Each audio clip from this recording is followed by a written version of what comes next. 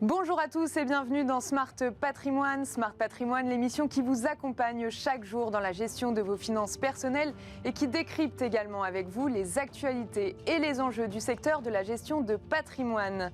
Et au sommaire de cette édition, nous commencerons comme tous les lundis avec les clés de l'IMO, le rendez-vous dédié à l'investissement immobilier de Smart Patrimoine.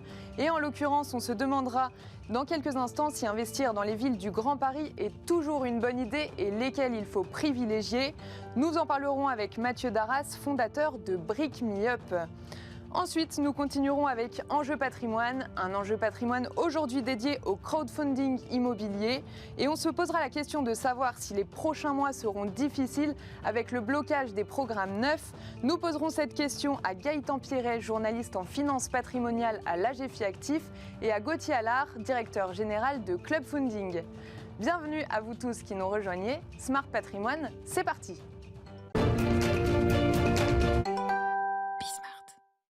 Et tout de suite, nous commençons avec les clés de l'IMO. Nous allons nous demander aujourd'hui s'il est toujours avantageux d'investir dans les villes du Grand Paris. Ce projet a vu le jour en 2008 et a pour objectif de transformer la région parisienne en grande métropole, et notamment grâce à la création de nombreuses infrastructures.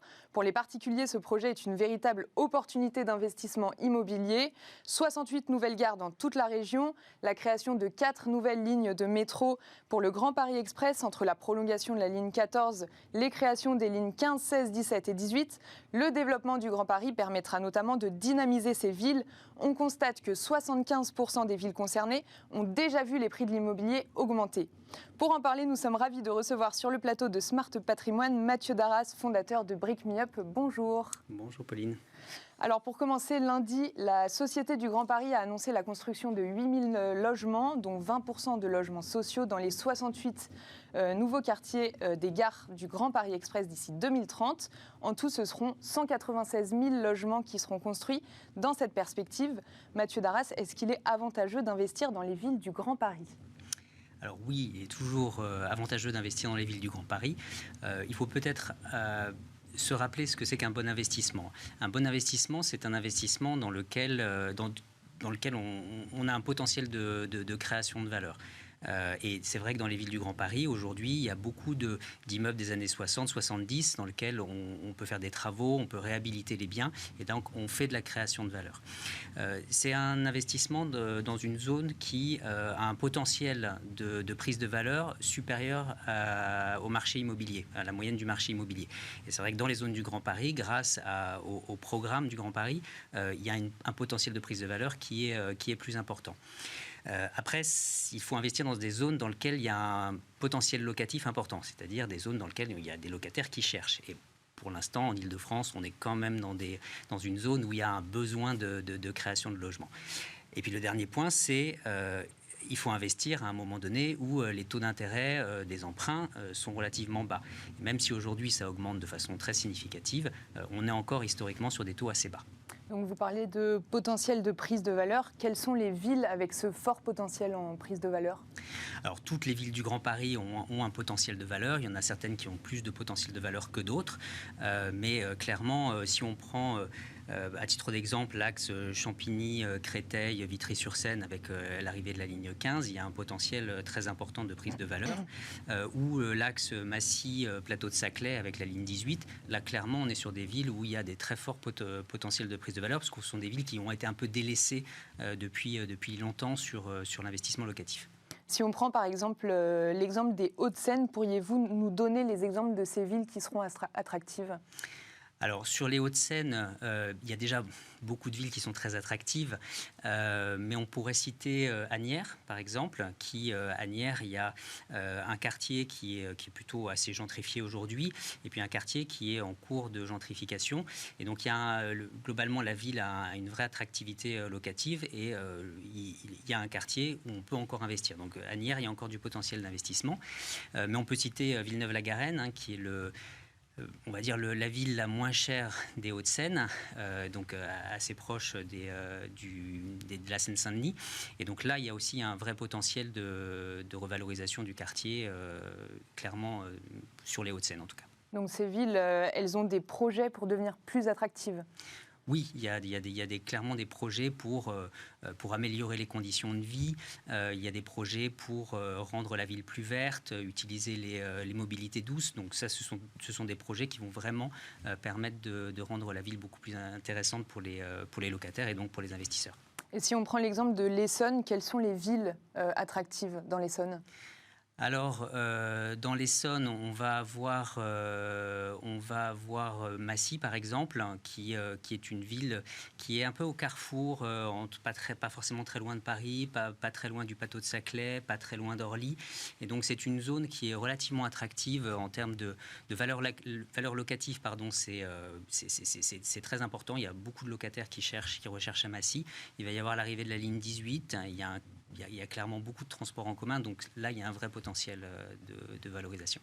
Et quels sont les types d'investisseurs qui investissent dans ces villes-là, Mathieu Darras ? Alors, vous avez raison de dire quel type d'investisseur, parce qu'il y a plusieurs types d'investisseurs. On va être sur des investisseurs qui vont rechercher de la création de valeur. Ce ne sont pas forcément des investisseurs patrimoniaux qui vont faire un placement en espérant avoir un rendement à court terme des loyers, mais on va aller sur des investisseurs qui vont acheter les biens pour potentiellement les revendre dans 7 à 10 ans et donc bénéficier vraiment de la création de valeur du Grand Paris. Donc ce sont des investisseurs qui, malgré tout, ont pas forcément peur du risque. Ils souhaitent prendre des risques et ils vont aller dans des zones du Grand Paris, éventuellement dans des quartiers qui sont en pleine revitalisation. Est-ce que le Covid, qui a aussi accru les envies des particuliers de se mettre au vert, a accéléré les achats immobiliers dans ces villes du Grand Paris, Mathieu Darras ? Alors, non, je dirais que c'est plutôt les investisseurs qui vont pousser la revalorisation de ces villes. C'est vrai que, il faut faire attention parce que l'effet est de faire augmenter les prix du mètre carré et beaucoup de gens, en fait, d'habitants de ces zones-là, vont aller chercher du coup un petit peu plus loin des surfaces supplémentaires. Les transports s'améliorant, ça va les aider aussi à passer le pas. Donc, on n'est pas, on va dire qu'il y a un effet vraiment sur les maisons, où les maisons la prise de valeur des maisons était très importante, mais on ne peut pas vraiment dire que les Parisiens sont allés s'installer de façon très très massive en banlieue parisienne. Et vous parliez des transports. Est-ce qu'il y a des zones en particulier dans ces villes qui sont plus privilégiées par les acquéreurs ? Alors, clairement, les zones qui sont à côté des transports actuels et des transports qui vont arriver très prochainement sur la ligne 15, la ligne 18, par exemple, dans le sud de Paris ou dans le nord du côté de Saint-Denis. Donc, les gens les investisseurs vont aller sur ces zones-là. Après, il y a des quartiers qui sont... Alors, ce n'est pas des quartiers sur lesquels les investisseurs se jettent, mais on a des quartiers qui sont en pleine revitalisation, qui vont bénéficier du Grand Paris et en plus de ça, d'une revitalisation du quartier. Donc là, c'est des zones qui sont très intéressantes pour investir. Mais on ne peut pas vraiment dire que les investisseurs se jettent encore sur ces zones-là. D'accord. Est-ce que vous avez déjà constaté une forte augmentation des prix dans ces villes du Grand Paris, Mathieu Darras ? Oui, clairement, il y a eu des augmentations. On va dire, la plupart des villes ont pris entre 5 et 10% d'augmentation sur les 2-3 dernières années. Il y a même des quartiers dans certaines villes qui ont pris jusqu'à 25% sur ces 3 dernières années. Donc oui, il y a une augmentation plus forte, mais c'est l'effet du Grand Paris. Il y a forcément une augmentation plus forte que l'augmentation du marché. Maintenant, on voit clairement aujourd'hui que ça se stabilise. Il y a des excès qui sont en train d'être corrigés, mais il y a clairement un effet Grand Paris et investisseur. Depuis quand vous avez constaté cette tendance générale d'augmentation des prix ?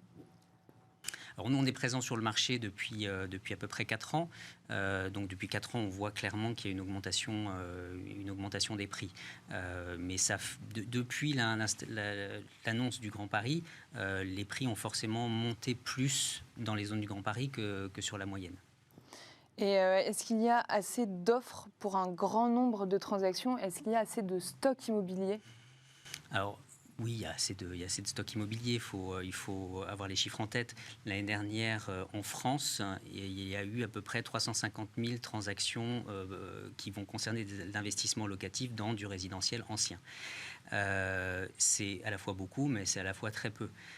Et aujourd'hui, on voit bien qu'il y a une correction des taux d'intérêt. Il y a de moins en moins de personnes qui peuvent emprunter, donc le nombre d'investisseurs est en train de diminuer. Donc il n'y a pas de risque. 350 000, ça reste tout petit comme chiffre. Et est-ce qu'on ressent un impact sur les prix de l'immobilier dans les villes du Grand Paris? On en parlait tout à l'heure avec les transports, mais où des stations de métro vont ouvrir prochainement. Oui, en fait, quand on regarde l'effet Grand Paris, on voit clairement qu'à l'annonce de la construction, il y a une prise de valeur qui est très supérieure à la prise de valeur moyenne du marché. Puis après, ça se stabilise et quand les stations ouvrent, de nouveau, il y a une prise de valeur. Mais ça se corrige assez rapidement. Le premier effet, c'est l'effet investisseur. On sait qu'il y a un des transports qui arrive, donc on va investir dans la zone, on va parier sur le potentiel. Et puis au moment où la ligne ouvre, là, on va avoir des gens qui vont venir habiter et d'autres investisseurs un peu plus tardifs qui vont arriver. Donc il y a forcément un effet d'augmentation, un effet d'aubaine, en tout cas au moment où la station ouvre. Et plus globalement, quel est l'impact du Grand Paris sur les prix de l'immobilier, Mathieu Darras ? Alors le Grand Paris fait globalement monter les prix de l'immobilier. C'est une bonne chose pour les investisseurs, un peu moins pour les propriétaires occupants ou les locataires. Mais globalement, ça fait monter les prix de l'immobilier. Mais il y a une vraie différence qui est pas tout à fait normale. Sur Paris, vous avez un prix du mètre carré un tout petit peu inférieur à 10 000 euros maintenant. Et si vous allez entre 7 et 10 minutes plus au sud ou plus au nord, vous allez avoir des prix du mètre carré autour de 4 à 5 000 euros. Donc il y a une telle différence que c'est pas tout à fait normal en fait. Donc le Grand Paris va avoir cet effet de rendre plus attractif la banlieue et du coup de lisser, enfin d'atténuer cette grande différence qu'il y a entre les prix. Alors pour conclure, quels sont les grands enjeux, les enjeux globaux du Grand Paris pour vous, Mathieu Darras ? Alors pour moi, il y a deux grands enjeux. Le premier, c'est d'être à l'heure. C'est-à-dire qu'il faut que les métros, les trams et tous les transports qui sont en train d'être mis en place sortent en temps et en heure parce que c'est la confiance. Et la confiance, c'est le moteur de l'investissement. Donc ça, c'est un enjeu important. Et le deuxième enjeu, c'est d'arriver à aligner le désenclavement de certaines zones de l'Île-de-France avec une amélioration des quartiers. Vous pouvez mettre des lignes de transport, des lignes de métro, etc. Dans des quartiers qui n'ont aucune attractivité locative. Ça ne va pas aider le quartier, ça va aider personne. Donc il faut vraiment que les villes aient des politiques d'amélioration des quartiers en même temps que l'arrivée des transports. Ça, c'est un enjeu très important. Merci beaucoup Mathieu Darras, fondateur de Brick Me Up, d'être intervenu sur le plateau de Smart Patrimoine pour nous parler de l'investissement en immobilier dans le Grand Paris. Et quant à nous, on se retrouve tout de suite dans Enjeu Patrimoine. Nous continuons avec Enjeu Patrimoine, un enjeu patrimoine aujourd'hui dédié au crowdfunding immobilier. Et la question qui va nous animer aujourd'hui est de savoir si les prochains mois seront difficiles pour le marché du crowdfunding immobilier face au blocage des programmes neufs. Pour rappel, le crowdfunding immobilier consiste à financer un projet immobilier par souscription de titres à un promoteur en financement participatif. À la fin du projet, les personnes qui ont investi reçoivent leur capital et des intérêts. Et de son côté, le promoteur s'est servi du financement pour son emprunt. Le problème, c'est qu'aujourd'hui, d'après la FPI, les mairies sont de plus en plus réticentes à délivrer des nouveaux permis de construire avec la flambée des coûts des matières premières. Beaucoup de promoteurs renoncent à lancer des nouveaux programmes parce qu'ils sont trop chers. Les prix dans le neuf restent donc élevés et la proposition de logements neufs fond. Pour répondre à toutes les questions que cela pose, nous sommes ravis de recevoir aujourd'hui Gaëtan Pierret, journaliste en finance patrimoniale à l'AGFI Actif. Bonjour. Bonjour Pauline. Et Gauthier Allard, directeur général de Club Funding. Bonjour. Bonjour. Alors, pour commencer, Gaëtan Pierret, comme le logement neuf est le principal sous-jacent des projets de crowdfunding, qu'est-ce qu'un blocage des programmes neufs pourrait engendrer pour les investisseurs ? Et surtout, comment se porte le marché du crowdfunding immobilier actuellement, Gaëtan ? Alors, si on commence déjà avec un petit bilan du marché, j'ai envie de dire jusqu'ici tout va bien. Le crowdfunding vient de signer une année assez dynamique, même très dynamique. Je parle du crowdfunding en général, même pas que du crowdfunding immobilier. Il y a eu des acquisitions, des partenariats, des innovations produits. Si on regarde uniquement ce qui s'est passé côté immobilier, il y a eu 2 rachats. Razors qui s'est fait racheter par Empruntis et Baltis qui a racheté Proximea. Côté partenariat, Boursorama qui s'est associé à Homunity. Côté produits Produit, innovation produit, on a eu Upstone qui tente la vente à réméré et la garantie liquidité depuis cet été. Et puis surtout une levée de fonds en record de 125 millions d'euros. Ça c'est Club Funding. Gauthier Allard pour en parler mieux que moi. C'est la somme la plus élevée jamais levée en fait dans le marché. Signe que les temps changent en fait pour le marché du crowdfunding. Jusqu'à présent tout va bien. Et peut-être un dernier chiffre, il y a déjà un peu plus d'1 milliard d'euros qui ont été financés depuis le début de l'année dans le crowdfunding immobilier. D'accord. Et Gauthier, donc vous êtes d'accord avec cette tendance globale pour le marché du crowdfunding immobilier? Oui, tout à fait. C'est vrai que le marché du crowdfunding s'est extrêmement professionnalisé durant ces dernières années, avec des opérations en capital au niveau des plateformes, mais également au niveau des équipes des différentes plateformes et de la structuration des produits. C'est vrai qu'au début du financement participatif, certaines plateformes mettaient en place des financements peut-être avec un peu moins de garanties, avec moins d'expertise. Aujourd'hui, systématiquement, il y a des garanties qui sont mises en place. Il y a une grosse sélection des projets immobiliers. Enfin, c'est vraiment un marché qui évolue très positivement. Il y a un élément supplémentaire, c'est que la puissance de frappe des plateformes augmente. Il y a de plus en plus d'investisseurs qui font confiance aux plateformes, ce qui nous permet d'accéder à des promoteurs ou des marchands de biens de plus en plus sophistiqués et de plus en plus solides. Donc Gauthier, on peut dire que le marché résiste à l'inflation? Alors, il résiste à l'inflation. Jusqu'à aujourd'hui, oui. Il y a quand même quasiment pas de défaut sur le marché de manière générale, en tout cas au niveau de Club Funding. Pour le moment, il y a encore zéro défaut. Après, il faut être vigilant parce que ça évolue très vite. Pour l'inflation, on parle de l'inflation, mais c'est quelque chose qui n'existait quasiment pas il y a encore 6 mois. Donc le marché immobilier, c'est quelque chose qui est quand même relativement résilient. En tout cas, des classes d'actifs comme le résidentiel, ça l'est. L'inflation, il faut du temps pour que le marché immobilier l'absorbe. Il pourrait y avoir une correction. D'ailleurs, il va sûrement y avoir une correction, mais ça prend du temps à se mettre en place. Gaëtan, vous êtes d'accord avec ce constat sur le marché qui résiste à l'inflation? Oui, alors pour l'instant, effectivement, le marché résiste bien à l'inflation. Côté défaut, côté retard, on ne voit pas des augmentations significatives jusqu'à présent.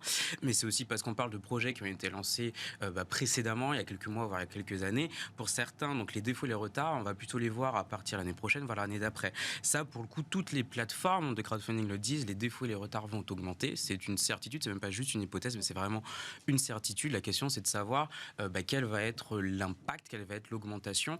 Les plateformes aujourd'hui sont en train de retravailler leurs critères de sélection, puisque c'est vraiment le nerf de la guerre pour elles, c'est de choisir au mieux les projets qu'elles vont financer. Et du coup, la question se pose pour les dossiers qui ont été financés précédemment dans un autre contexte de marché, alors que là, on est en train de basculer sur un nouveau cycle économique beaucoup moins positif.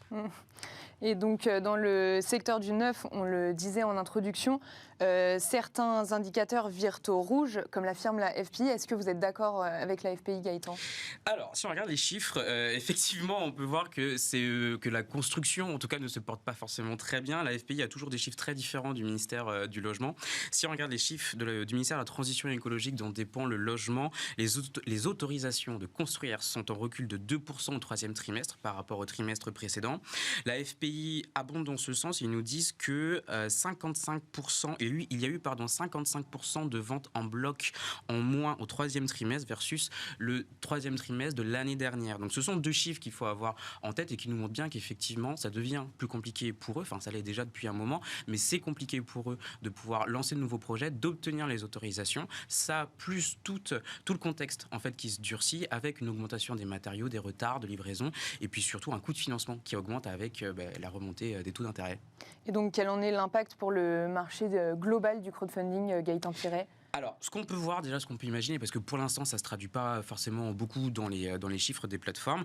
Première conséquence que l'on peut imaginer, c'est peut-être un peu moins de projets de construction qui vont être proposés par les plateformes de crowdfunding. Donc ça va venir amplifier le déséquilibre entre l'offre et la demande. Aujourd'hui, on voit qu'il y a beaucoup plus de demandes de la part d'investisseurs que de projets qui sont proposés par les plateformes de crowdfunding. Et puis le deuxième point, c'est peut-être qu'on va avoir un report un peu plus massif des plateformes vers le marchand de biens. Aujourd'hui, le crowdfunding immobilier marche sur deux jambes. D'un côté, la promotion, de l'autre côté, les marchands de biens. Là, potentiellement, on peut imaginer que les plateformes vont davantage aller vers le marchand de biens parce que ce sont des projets plus faciles à lancer que ceux de promotion immobilière. Gauthier Allard, quel est l'impact du côté des investisseurs? Est-ce qu'ils sont plus réticents à investir? Ils sont vigilants, ils sont toujours présents. Ils vont regarder surtout les niveaux de garantie mis en place sur les projets et également la typologie des projets. C'est vrai que les promoteurs aujourd'hui, c'est pas facile de se projeter parce qu'il y a quand même un niveau de risque qui est assez important. Après, sur les opérations de marchand de biens, on arrive encore à sécuriser des opérations sur des durées qui peuvent être même assez courtes. Par exemple, Club Funding, sur les 300 millions d'euros financés l'année dernière, on a à peu près 80% d'opérations financées, c'est des opérations de marchand de biens. Cette année, on envisage de financer à peu près 500 millions d'euros et je pense même qu'on a dépassé les 80% d'opérations de marchand de biens financées. Donc c'est simplement, c'est un constat. Je pense que les autres plateformes vont devoir réagir en finançant davantage d'opérations de marchand de biens, plus en tout cas que de la promotion immobilière. Vous avez parlé de garanties. Quelles sont les garanties pour les investisseurs, Gauthier Allard ? On a tout un tas de garanties à mettre en place sur les projets. De manière assez systématique, on met en place la caution personnelle des dirigeants. Et on a l'avantage de financer des opérateurs qui ont déjà du patrimoine, parfois même plusieurs dizaines de millions d'euros. Donc ça sécurise déjà les opérations. Et ensuite, on met en place des garanties corporate. Ça va être, par exemple, une caution personne morale de la holding des dirigeants ou de la société, une GAPD de la société. Et ensuite, il y a des garanties qui sont au niveau du projet. On va mettre en place une hypothèque de premier rang ou de second rang, une fiducie sur l'actif ou sur les titres. Et ça également, ça évolue énormément. Sur les volumes financés par Club Funding cette année, ça représente, je pense, à peu près 60% des projets financés ont des garanties de premier rang. Pourquoi ? Parce qu'on vient se substituer aux banques sur des bridges de financement, notamment en fin d'année, où les banques n'ont pas forcément le temps d'intervenir. Les opérateurs se sont engagés pour réaliser l'acquisition et nous demandent des bridges de financement avec des LTV qui sont parfois même faibles. Des fois, on a des projets où il n'y a que 50% de LTV, parce que c'est des sociétés qui ont beaucoup d'equity, et nous demandent un bridge de 6 mois. Donc là, on est quand même dans un cadre qui reste extrêmement sécurisé. Et tout ça, on le price à des taux qui restent quand même assez élevés. On est à 10%, avec en plus des coupons mensuels. Donc on parle beaucoup de risques sur le marché immobilier, mais on arrive encore à structurer des opérations qui sont vraiment très peu risquées, parce qu'une couverture au niveau de l'equity, des garanties qui sont extrêmement solides, on prend quasiment les garanties des banques alors qu'on le fait à des taux qui sont beaucoup plus élevés. Mmh. Gaëtan, vous aviez évoqué la hausse des taux tout à l'heure. Quelle est l'incidence de la hausse des taux sur le marché global du crowdfunding immobilier d'après vous ? Ça, effectivement, la question se pose parce que ça vient renchérir le coût du financement pour les porteurs de projets, pour les promoteurs, pour les opérateurs de marchands de biens. Donc il faut voir, en fait, quand ils se financent via des plateformes de crowdfunding, ils ont quand même des taux d'intérêt qui sont plus élevés que ceux pratiqués par les banques. Peut-être que demain, ça va un peu changer la donne. Ils ont quand même des contreparties. Certes, ils ont des taux plus élevés avec le crowdfunding, mais en échange, ils vont avoir l'argent qui va être versé beaucoup plus rapidement. Ça leur permet d'éviter de puiser dans leurs fonds propres. Donc il faut voir si le fait que le coût du financement bancaire augmente, peut-être qu'ils vont aller chercher davantage de financement à 100% via les plateformes de crowdfunding en se disant de toute façon je vais avoir un coût qui va être assez élevé, au moins avec le crowdfunding je peux avoir un financement assez rapide et puis total. Peut-être que on peut quand même souligner ce point, c'est que jusqu'à présent le gros du marché finançait des fonds propres de promoteurs, d'opérateurs. Ça veut dire qu'à côté il y avait quand même une banque. Il y a certaines plateformes comme Club Funding maintenant qui s'y mettent, qui font du financement à 100% de projets, donc c'est-à-dire sans banque. Ça peut plaire à certains investisseurs parce qu'effectivement il y a plus de garanties. De l'autre côté, ça peut aussi en effrayer certains, notamment ceux qui arrivent via la clientèle patrimoniale et qui sont attachés à avoir le tampon de la banque. Le fait qu'il y ait une banque qui est présente dans la chaîne de financement, certains, notamment CGP, mais certains investisseurs peuvent aussi apprécier en se disant il y a une banque qui a validé, donc c'est plutôt positif. Vous êtes d'accord avec ce constat, Gauthier Allard ? Alors, oui, d'une certaine manière. C'est vrai qu'il y a des investisseurs qui préfèrent avoir le tampon de la banque. Après, les équipes des différentes plateformes sont constituées d'anciens banquiers. Par exemple, l'équipe risque de Club Funding, elle est constituée à de 90% de personnes qui ont cette expérience, qui ont fait déjà plusieurs années dans des banques de financement de court terme d'immobilier. Donc, on a également cette expertise. Mais c'est vrai qu'on compare souvent deux opérations, une opération en fonds propres et une opération en financement unitranche, donc où on remplace les financements seniors. Mais il y a quand même un niveau de risque qui est complètement différent. Parce que quand il y a un retournement de marché, si on reprend une opération de marchand de biens classique ou de promotion, il y a d'abord l'impact, s'il y a une baisse des prix, il y a l'impact de la marge, ensuite des fonds propres de l'opérateur, ensuite de la dette obligataire faite par les plateformes, si c'est du financement de fonds propres, et ensuite la dette senior. Mais si on finance que la dette senior, finalement, il y a plusieurs couches quand même. Il y a quand même une couche de fonds propres qui est faite par l'opérateur, enfin plus la marge. Donc on arrive vraiment à bien sécuriser les opérations. Gaëtan Pierret, est-ce qu'on peut déjà prévoir des mois difficiles, comme vous l'évoquiez tout à l'heure sur le marché du crowdfunding immobilier? Est-ce qu'il ne faut pas attendre plusieurs mois, voire années, pour sentir les répercussions des blocages des programmes neufs sur ce marché? Alors, c'est sûr que les premières conséquences que l'on risque de voir, ça va être la baisse du nombre de projets. Peut-être qu'on va voir des plateformes qui vont être moins dynamiques et qui vont proposer moins de collecte sur leur site. Sur les retards et sur les défauts, ça, comme je disais, il faudra attendre un peu plus pour les voir augmenter. Déjà, il faudra que la masse de projets actuellement en cours de développement soit écoulée pour voir si du coup, il va y avoir un peu plus de casse. Si on veut faire du crowdfunding aujourd'hui, je dirais qu'il faut suivre plus que jamais la règle de diversification et y aller à petits pas, c'est-à-dire ne pas investir forcément tout de suite des grosses sommes. D'abord tester, diversifier au niveau du nombre de projets, mais aussi au niveau des plateformes, parce que chaque plateforme, comme on le disait, a ses propres critères de sélection. Donc du coup, s'exposer à différents types de critères de sélection. Alors, pourquoi le marché du crowdfunding fonctionne toujours autant d'après vous, Gaëtan? Alors pour ça, j'ai un chiffre, 9%. C'est 9% de rendement en moyenne pour le crowdfunding immobilier. Dans les autres secteurs, c'est un peu moins. Je crois que c'est 4% par exemple pour les énergies renouvelables. Mais ça reste quand même des rendements qui sont intéressants, encore plus dans ce contexte où on ne sait plus vraiment sur quel marché financier aller investir. Donc 9% de rendement pour une durée d'immobilisation de capitaux qui est quand même assez faible, assez courte, entre 12 et 36 mois à peu près. Des fois, il y en a qui sont même moins. Le tout pour un risque de perte en capital théorique qui est assez limité, qui s'est peu concrétisé jusqu'à présent. Alors j'insiste là-dessus. Pourquoi? Parce que ça fait partie un peu de ce qui explique l'euphorie actuelle sur le crowdfunding. Quand on regarde les taux de défaut et les taux de retard, effectivement, ils sont assez maîtrisés aujourd'hui. Ça pourrait augmenter, effectivement, demain. Mais il ne faut pas oublier que le crowdfunding, ça reste effectivement risqué. Quand on investit dans un projet, et donc on investit dans un seul projet à la fois, on s'expose à la santé financière d'une seule entreprise. Si celle-ci fait défaut, si elle fait faillite, du coup, on prend la casse. On prend la casse et il y a effectivement là des garanties qui doivent entrer en jeu. Mais du coup, on n'est pas sur un investissement où le risque va être lissé sur plusieurs opérateurs. On va vraiment être exposé à un seul acteur. Donc, effectivement, beaucoup de rendement, en tout cas promis, mais un risque aussi qui est quand même conséquent et à bien avoir en tête, même si, pour l'instant, ça ne se traduit pas encore beaucoup dans les chiffres. Vous êtes d'accord avec ce constat, Gauthier? Oui, tout à fait. Mais c'est vrai qu'il faut comparer aussi les solutions d'investissement proposées aux investisseurs aujourd'hui. Et aujourd'hui, pouvoir toucher du 10% d'intérêt annuel dans un cadre qui est quand même sécurisé par tout un tas de garanties et aussi une sélection très importante des plateformes. Par exemple, Clubfunding sélectionne uniquement 5% des projets présentés. On reçoit quand même beaucoup plus de projets parce que ça s'est vraiment démocratisé auprès des différents acteurs immobiliers.